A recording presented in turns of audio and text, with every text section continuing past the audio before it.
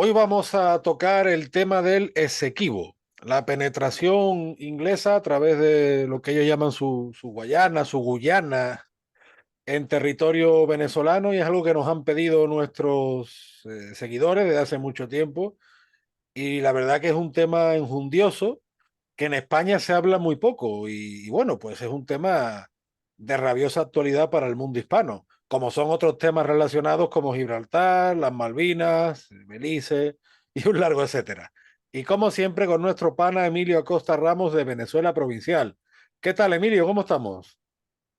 Hola Antonio, bueno, antes que nada, como siempre, darte las gracias por la invitación a tu canal de YouTube, Antonio Moreno Ruiz.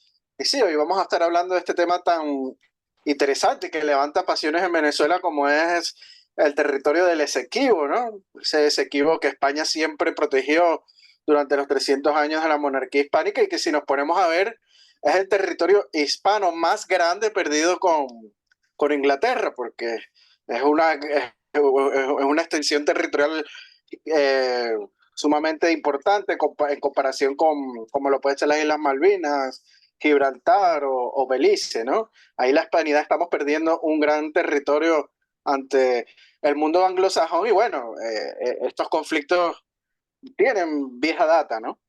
Tú sabes que en España, Emilio, suena mucho, por supuesto, Gibraltar, porque es un tema que padecemos vergonzosamente desde principios del siglo XVIII, que por cierto es un tema que padecemos gracias a los aliados del archiduque en la guerra de sucesión.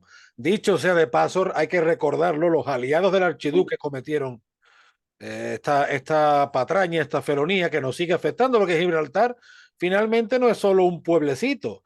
Gibraltar es toda una geopolítica y una economía dirigida contra España y que así sigue siendo a través del contrabando, a través del lavado de dinero, con el consiguiente perjuicio que se nota muchísimo en la provincia de Cádiz, en especial en la comarca del Campo de Gibraltar.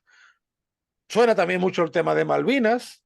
Aquí en España siempre ha sonado, pero no suena tanto el tema del Esequibo. O sea, si a cualquier, al español medio le hablamos del Esequibo venezolano, está perdido, ¿no?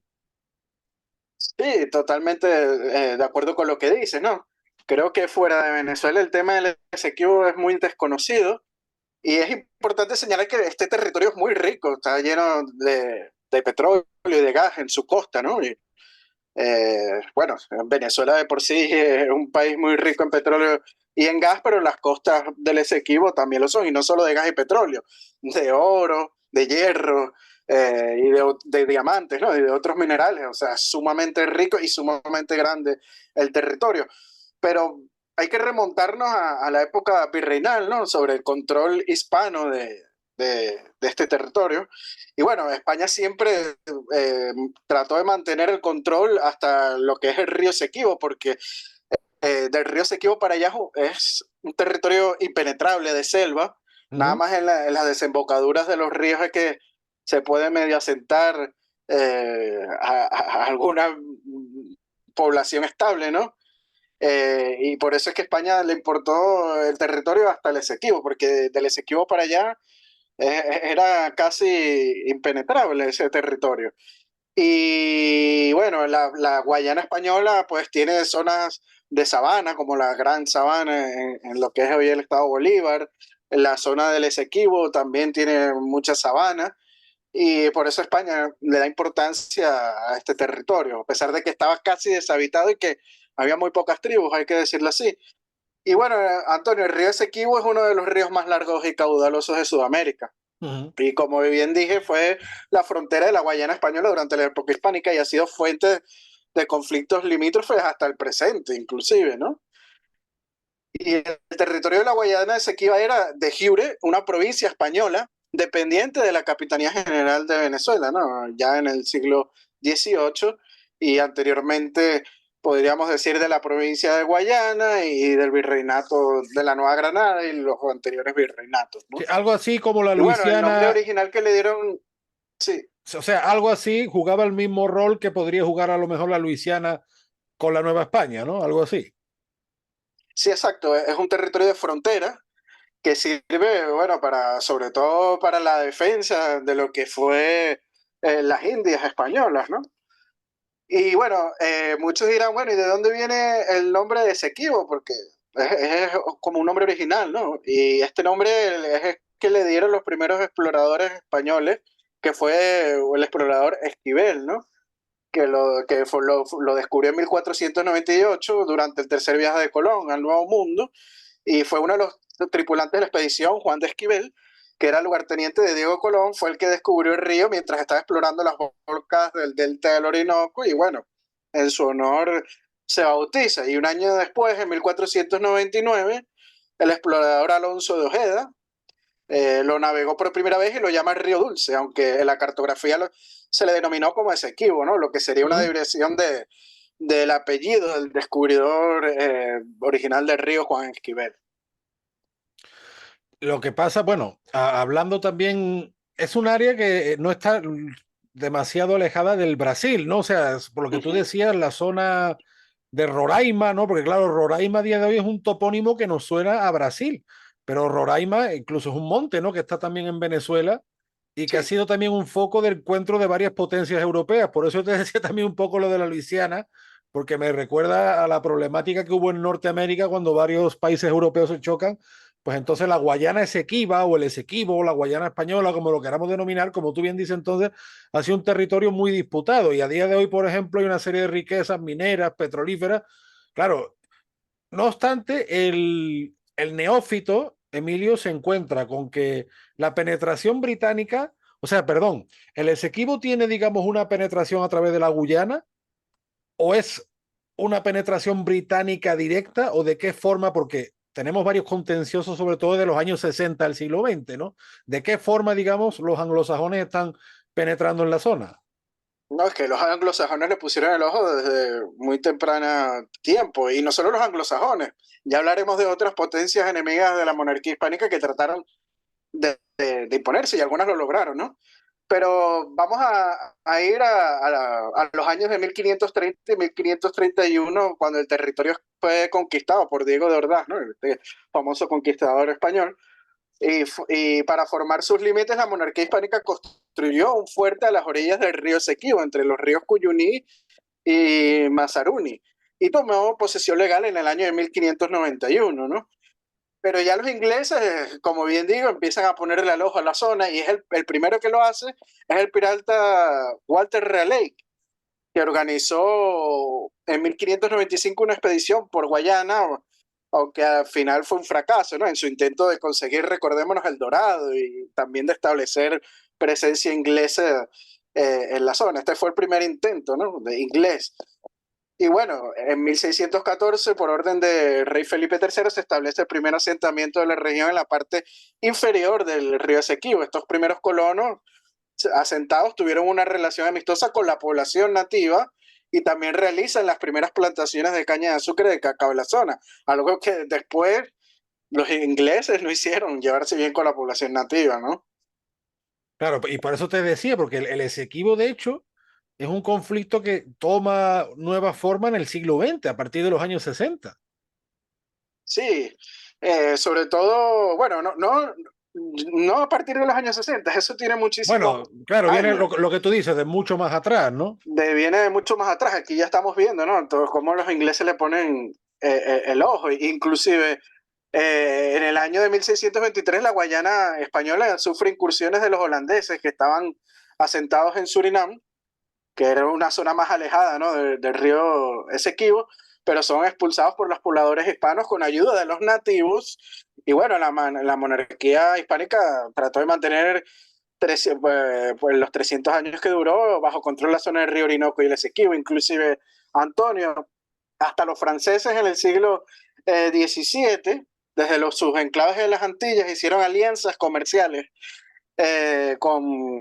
y bélicas también, con tribus de la región de Pari y del río Guarapiche, o sea, esto más allá de la Guayana, esto es lo que hoy en día es el estado Monaga y Sucre, ¿no? Y hicieron estas alianzas con los indios galabis y caribes, que eran tribus belicosas y no eran aliadas hispanas, pero en 1657 son expulsados por las autoridades españolas y bueno, los holandeses tendrán que regresar a la zona de la Cayena, ¿no? Y se establecerán, perdón, los franceses se establecerán en la zona de la Cayena y se establecerán ahí expulsando a los holandeses. Y inclusive hasta los suecos llegan a la región del Esequibo porque fundarán el fuerte Barima y se adueñan de la zona hasta el puesto de Huaquepo. Antes de esto ya estamos hablando del siglo XVIII, en 1732. Y bueno, el rey Felipe V manda a expulsarlos en 1737, ¿no? Y sabes que quién curiosamente es el que organiza la expedición para expulsar a estos suecos, Antonio. Sí, sí, lo estaba viendo en el artículo que ha subido hace un rato y bueno, dilo y ahora lo comentamos. Sí, bueno, nada más y nada menos que Carlos Sucre y Pardo, que es el bisabuelo de Antonio José Sucre. Qué casualidades, ¿no? O sea, estamos hablando de otro criollo discriminado que no pudo acceder a puestos de gobierno según la mitología oficial de las independencias, ¿no? No, bueno, él no era criollo, era nativo de Flandes, Claro, no, sí, pero, sí, yo sé, pero me pero la refiero que familia de Sucre era muy discriminada, ¿no? a eso voy, o sea, se inicia una línea de poder que van a estar todos discriminados, todos como los Bolívar o como tantos otros, ¿no? Sí, exacto. Pero bueno, aquí vemos que España siempre trató de mantener a raya, ¿no? A aquellas potencias enemigas que quisieron hacer presencia en el territorio del Esequibo. Y bueno, hay que decirlo, llegó un momento en que ya España no podía hacer nada y ese momento es en 1814, ¿no? Cuando Gran Bretaña aprovecha que Venezuela se encuentra sumergida en la guerra de independencia e invade los territorios al oeste del Esequibo, ¿no?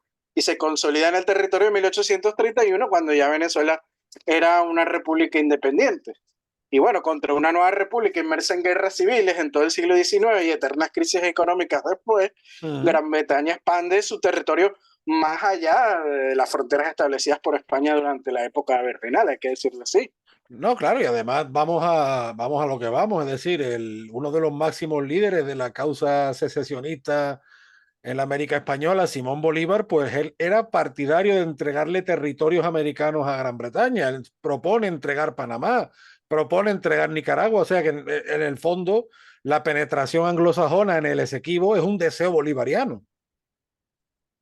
No, totalmente de acuerdo. Inclusive hay un sacerdote jesuita español que se llama Pablo Ger, que es un destacado investigador, historiador y escritor, que por cierto es nacionalizado venezolano y es autor de numerosos libros de historia de Venezuela y asuntos fronterizos sobre todo.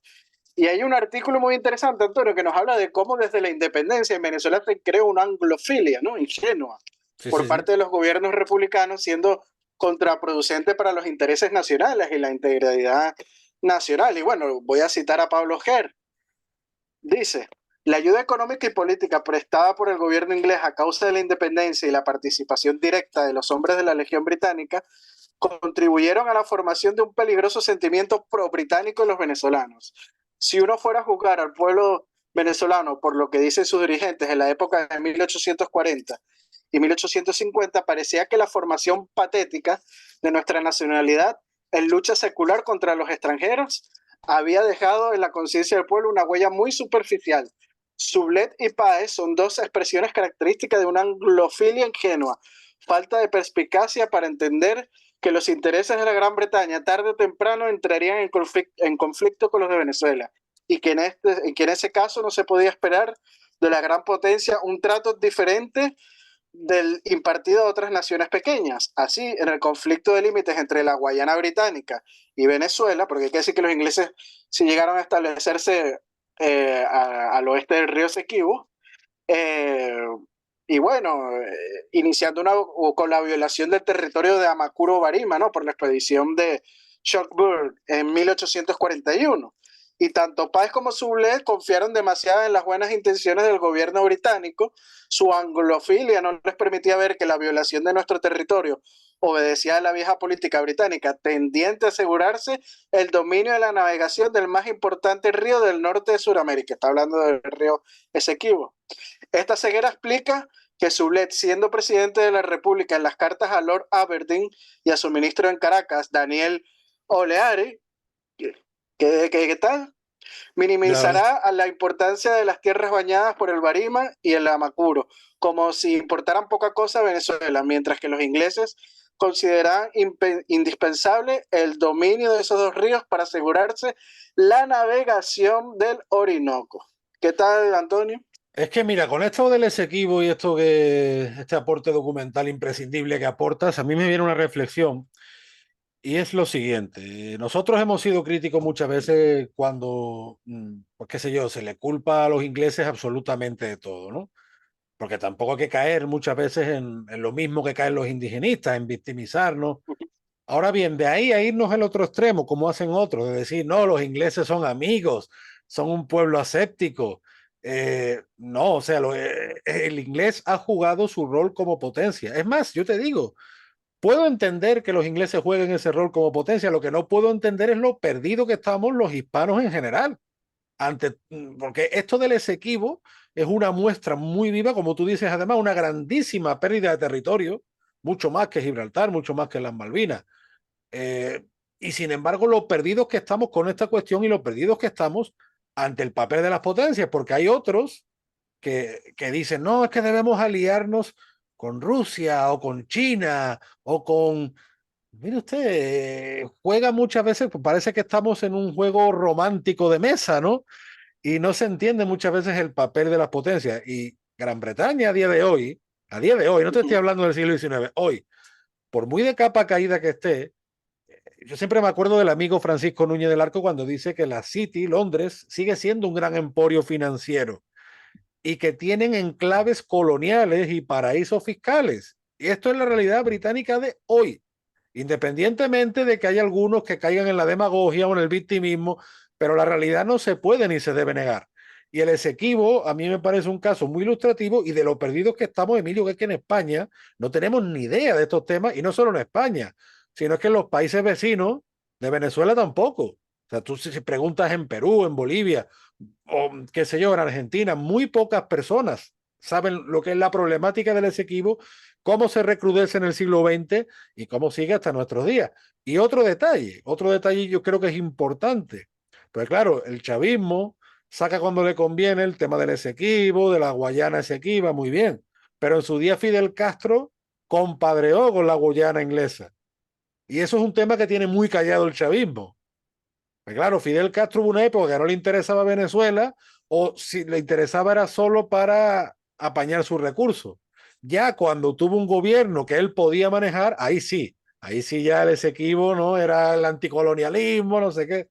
Entonces, bueno, al final vamos a lo que vamos, Emilio. El no entender el papel de las potencias, la historia, no, la historia ni los problemas del presente lo podemos juzgar como ensoñaciones románticas o como un juego de rol o de mesa, ¿no? No, totalmente de acuerdo contigo. Todos los países van a ir a favor de sus intereses y eso es algo que los hispanos no entendemos. Los anglosajones van a ir por sus intereses. Eso es así.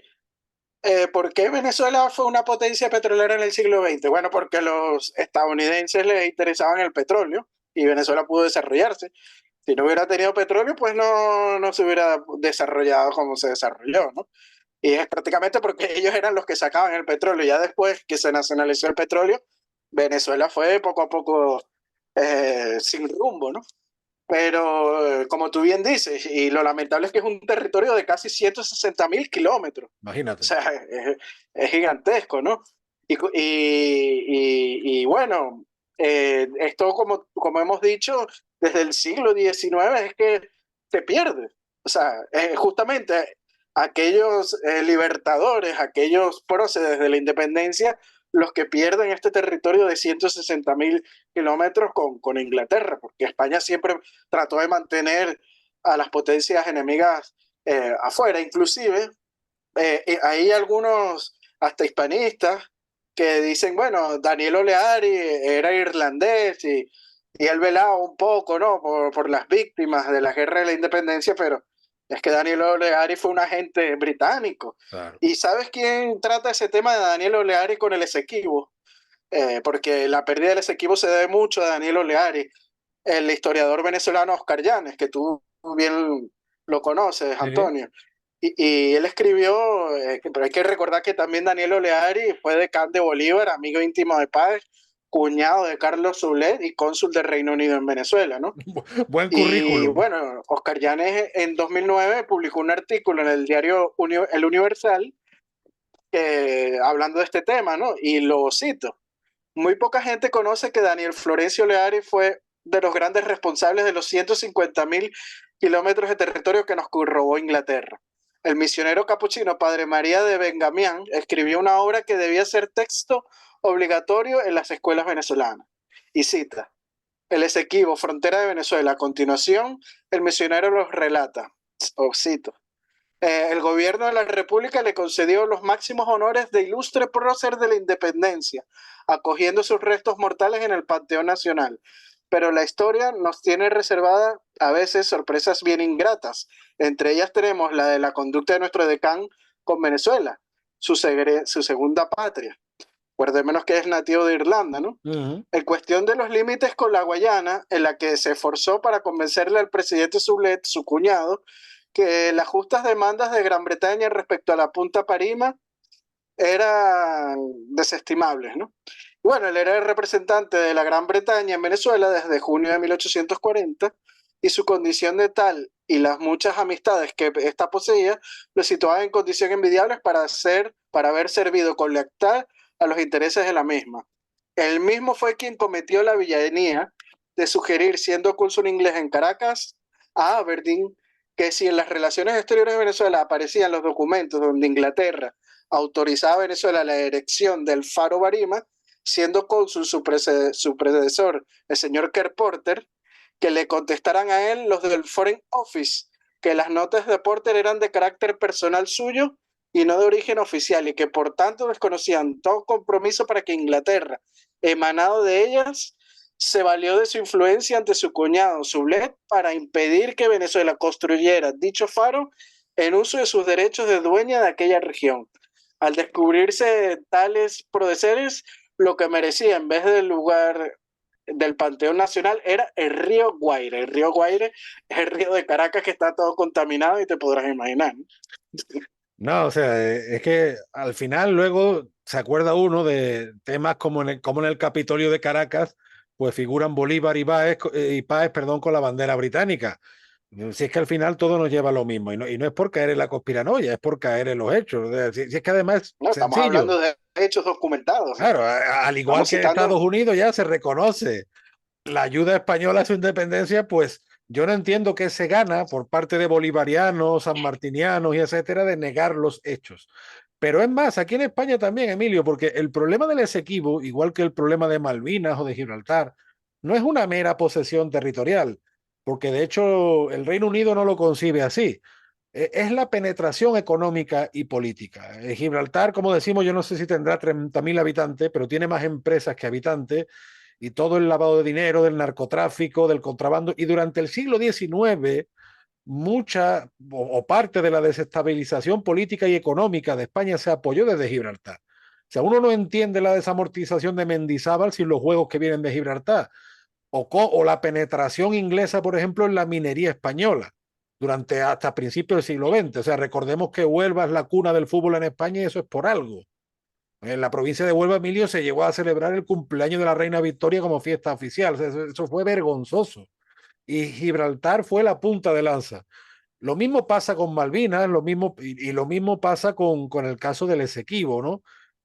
No es tanto, digamos, que lleven allí millones de ingleses, porque bueno, pero sí hay que contar una cosa, Gibraltar, si es verdad que la población fue sustituida, porque los actuales llanitos no son los gibraltareños.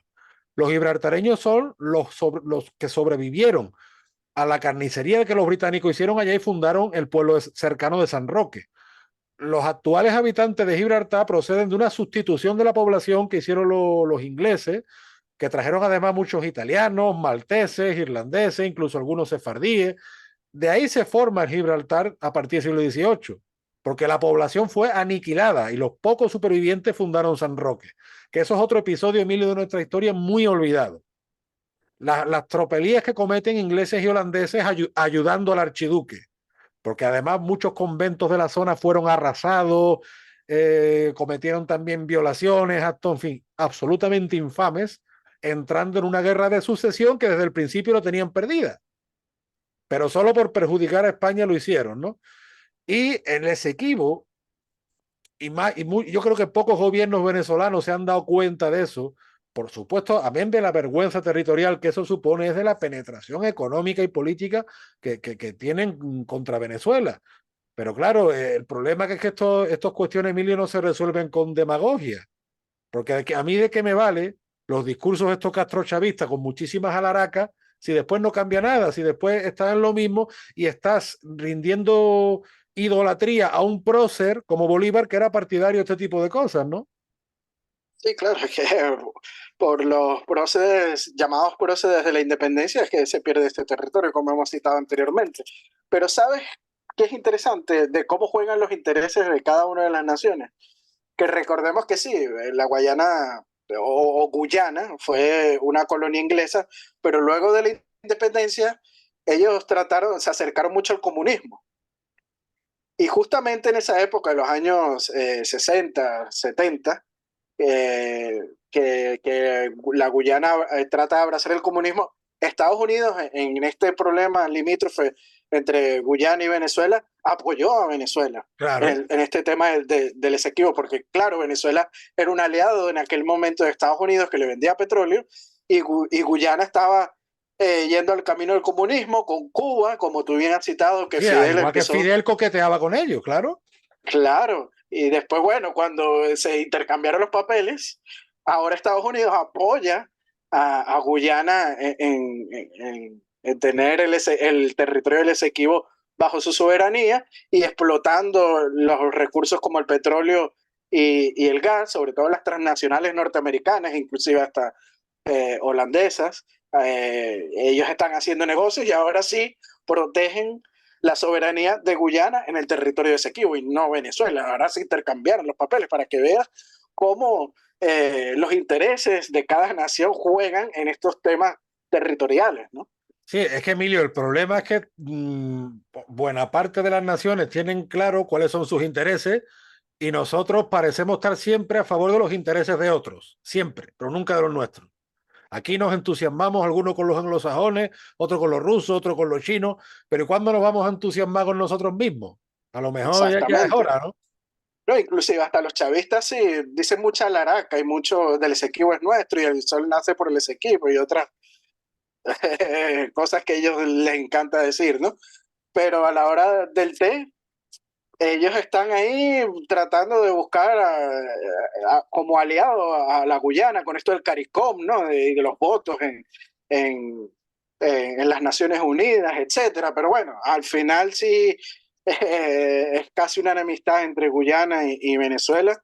Y eso se ve hoy en día, ¿no? Que muchos venezolanos tratando de huir de esta barbarie socialista y de estas ruinas socialistas, muchos van a Guyana y son tratados muy mal, ¿no?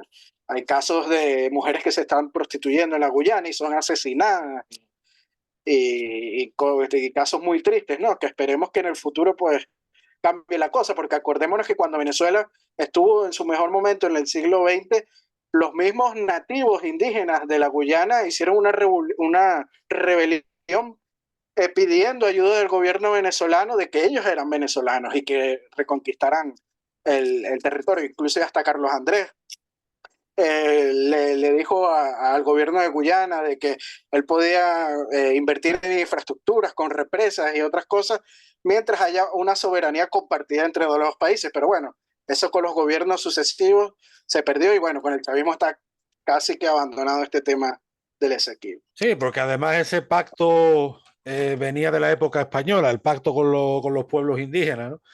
Pero bueno, como tú bien dices, por desgracia estamos totalmente perdidos. En fin, por lo menos, Emilio, esperamos haber arrojado algo de luz en toda esta oscuridad que afecta a nuestros países. Y como siempre, un placer hablar contigo de estos temas hispanos nuestros.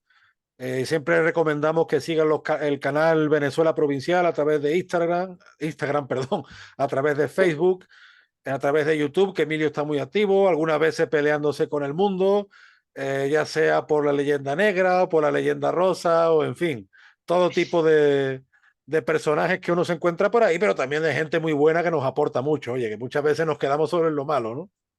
Sí, exacto, y que nos felicitan por nuestro trabajo y hay que agradecerles. Y si no, camino de Guanajuato, como decía Lázaro Papajito Candal, ¿no? Y bueno, también recomendarle a los seguidores de Venezuela Provincial seguir la página de Antonio Moreno Ruiz, que está en Facebook como página de Antonio Moreno Ruiz, en Twitter como un andaluz indiano, y bueno, suscribirse a su cuenta de YouTube, y Antonio Moreno Ruiz, y al de Venezuela Provincial también, darle me gusta y compartir este vídeo y seguirnos en nuestra cuenta Venezuela Provincial. Aprovechamos también para mandarle un saludo a nuestros Patreon, como lo son Gabriel Arrieta, Juan Cristóbal García, Ángel Suárez y Alberto Gil. Martínez, por supuesto. Así es, bueno, aquellos que quieran ser mecenas de nuestros proyectos de investigación histórica puedan hacerlo a través del Patreon de Antonio Moreno Ruiz y de Venezuela Provincial, y conseguirán los enlaces a nuestras páginas de Patreon en la descripción de este vídeo. Correcto. Pues como siempre, Emilio, estamos en la onda hispánica y volvemos la semana que viene con más. Te mando un abrazo desde el puerto y la puerta de las Indias. Y yo otro desde la Villa Corte de Madrid. Antonio, hasta la próxima. Chao, chao.